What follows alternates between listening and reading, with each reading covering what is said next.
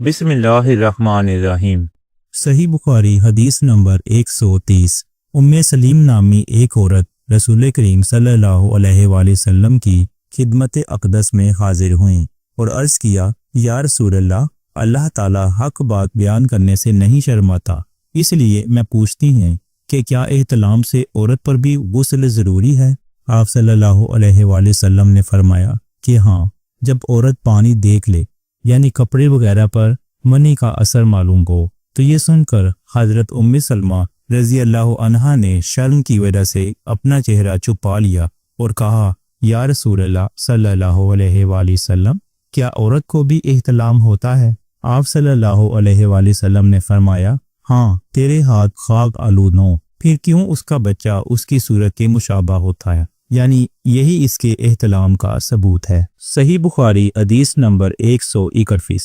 نبی کریم صلی اللہ علیہ وآلہ وسلم نے ایک مرتبہ فرمایا کہ درختوں میں سے ایک درخت ایسا ہے جس کے پتے کبھی نہیں جھڑتے اور اس کی مثال مسلمان جیسی ہے، مجھے بتلاؤ وہ کیا درخت ہے؟ تو لوگ جنگلی درختوں کی سوچ میں پڑ گئے اور عبداللہ بن عمر کے دل میں آیا کہ میں بتلا دوں کہ وہ کھجور کا پیڑ ہے۔ عبداللہ کہتے ہیں کہ پھر مجھے شرم آ گئی اور میں چپ ہی رہا۔ تب لوگوں نے عرض کیا، یا رسول اللہ صلی اللہ علیہ وآلہ وسلم، آپ ہی خود اس کے بارے میں بتلائیے۔ آپ صلی اللہ علیہ وآلہ وسلم نے فرمایا، وہ کھجور ہے۔ عبداللہ کہتے ہیں کہ میرے جی میں جو بات تھی وہ میں نے اپنے والد حضرت عمر رضی اللہ عنہ کو بتلائی۔ وہ کہنے لگے کہ اگر تو اس وقت کہہ دیتا تو میرے لیے ایسے قیمتی سرمایہ سے زیادہ محبوب ہوتا۔ صحیح بخاری حدیث نمبر 132۔ حضرت علی رضی اللہ تعالی عنہ سے روایت ہے کہ میں ایسا شخص تھا جسے جریان میزی کی شکایت تھی، تو میں نے اپنے شاگرد مقداد کو حکم دیا کہ وہ رسول اللہ صلی اللہ علیہ وآلہ وسلم سے دریافت کریں۔ تب انہوں نے آپ صلی اللہ علیہ وآلہ وسلم سے اس بارے میں پوچھا۔ آپ صلی اللہ علیہ وآلہ وسلم نے فرمایا کہ اس مرض میں غسل نہیں ہے، ہاں وضو فرض ہے۔ صحیح بخاری حدیث نمبر 133۔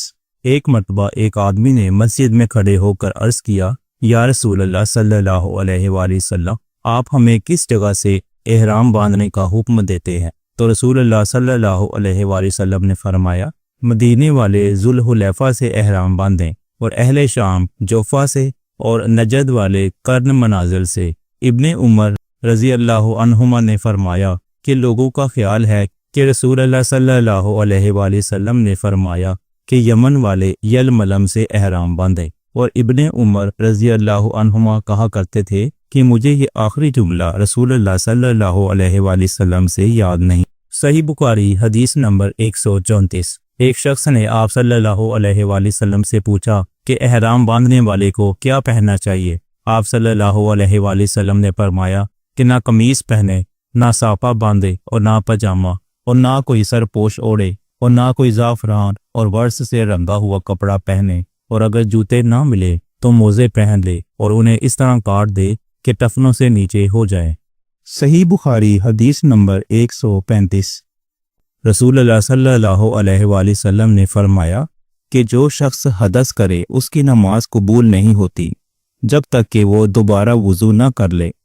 حضرت موت کے ایک شخص نے پوچھا کہ حدث ہونا کیا ہے؟ آپ صلی اللہ علیہ وآلہ وسلم نے فرمایا کہ پخانہ کے مقام سے نکلنے والی آواز والی یا بے آواز والی ہوا۔ صحیح بخاری حدیث نمبر 136۔ میں ایک مرتبہ ابو ہریرہ رضی اللہ عنہ کے ساتھ مسجد کی چھت پر چڑھا تو آپ نے وضو کیا اور کہا کہ میں نے رسول اللہ صلی اللہ علیہ وآلہ وسلم سے سنا تھا کہ آپ صلی اللہ علیہ وآلہ وسلم فرما رہے تھے کہ میری امت کے لوگ وضو کے نشانات کی وجہ سے قیامت کے دن سفید پیشانی اور سفید ہاتھ پاؤں والوں کی شکل میں بلائے جائیں گے، تو تم میں سے جو کوئی اپنی چمک بڑھانا چاہتا ہے تو وہ بڑھا لے، یعنی وضو اچھی طرح کرے۔ صحیح بخاری حدیث نمبر 137۔ رسول کریم صلی اللہ علیہ وآلہ وسلم سے شکایت کی گئی کہ ایک شخص ہے جسے یہ خیال ہوتا ہے کہ نماز میں کوئی چیز یعنی ہوا نکلتی معلوم ہوئی ہے۔ آپ صلی اللہ علیہ وآلہ وسلم نے فرمایا کہ نماز سے نہ پھرے یا نہ مڑے جب تک آواز نہ سنے یا بو نہ پائے۔ صحیح بخاری حدیث نمبر 138۔ نبی کریم صلی اللہ علیہ وآلہ وسلم سوئے یہاں تک کہ آپ خراٹے لینے لگے۔ پھر آپ صلی اللہ علیہ وآلہ وسلم نے نماز پڑھی اور کبھی راوی نے یوں کہا کہ آپ صلی اللہ علیہ وآلہ وسلم لیٹ گئے پھر خراٹے لینے لگے۔ پھر آپ صلی اللہ علیہ وآلہ وسلم کھڑے ہوئے، اس کے بعد نماز پڑھی۔ ابن عباس رضی اللہ عنہما کہتے تھے کہ ایک مرتبہ میں نے اپنی خالہ ام المومنین حضرت میمونہ کے گھر رات گزاری تو میں نے دیکھا کہ رسول اللہ صلی اللہ علیہ وآلہ وسلم رات کو اٹھے۔ جب تھوڑی رات باقی رہ گئی تو آپ صلی اللہ علیہ وآلہ وسلم نے اٹھ کر ایک لٹکے ہوئے مشکیزے سے ہلکا سا وضو کیا۔ عمرو اس کا ہلکا پن اور معمولی ہونا بیان کرتے تھے اور آپ کھڑے ہو کر نماز پڑھنے لگے تو میں نے بھی اسی طرح وضو کیا جس طرح آپ صلی اللہ علیہ وآلہ وسلم نے کیا تھا۔ پھر آ کر آپ کے بائیں طرف کھڑا ہو گیا اور کبھی سفیان نے ان یسارہ کی بجائے ان شمالہ کا لفظ کہا، مطلب دونوں کا ایک ہی ہے۔ پھر آپ صلی اللہ علیہ وآلہ وسلم نے مجھے پھیر لیا اور اپنی داہنی جانب کر لیا، پھر نماز پڑھی جس قدر اللہ کو منظور تھا۔ پھر آپ لیٹ گئے اور سو گئے حتیٰ کہ خراٹوں کی آواز آنے لگی۔ پھر آپ صلی اللہ علیہ وآلہ وسلم کی خدمت میں مؤذن حاضر ہوا اور اس نے آپ کو نماز کی اطلاع دی۔ آپ صلی اللہ علیہ وآلہ وسلم اس کے ساتھ نماز کے لیے تشریف لے گئے۔ پھر آپ صلی اللہ علیہ وآلہ وسلم نے نماز پڑھی اور وضو نہیں کیا۔ سفیان کہتے ہیں کہ ہم نے عمرو سے کہا کہ کچھ لوگ کہتے ہیں کہ رسول اللہ صلی اللہ علیہ وآلہ وسلم کی آنکھیں سوتی تھیں، دل نہیں سوتا تھا۔ عمرو نے کہا میں نے عبید بن عمیر سے سنا، وہ کہتے تھے کہ انبیاء علیہم السلام کے خواب بھی وہی ہوتے ہیں۔ پھر قرآن کی یہ آیت پڑھی کہ میں خواب میں دیکھتا ہوں کہ میں تجھے ذبح کر رہا ہوں۔ صحیح بخاری حدیث نمبر 139۔ رسول اللہ صلی اللہ علیہ وآلہ وسلم میدان عرفات سے واپس ہوئے۔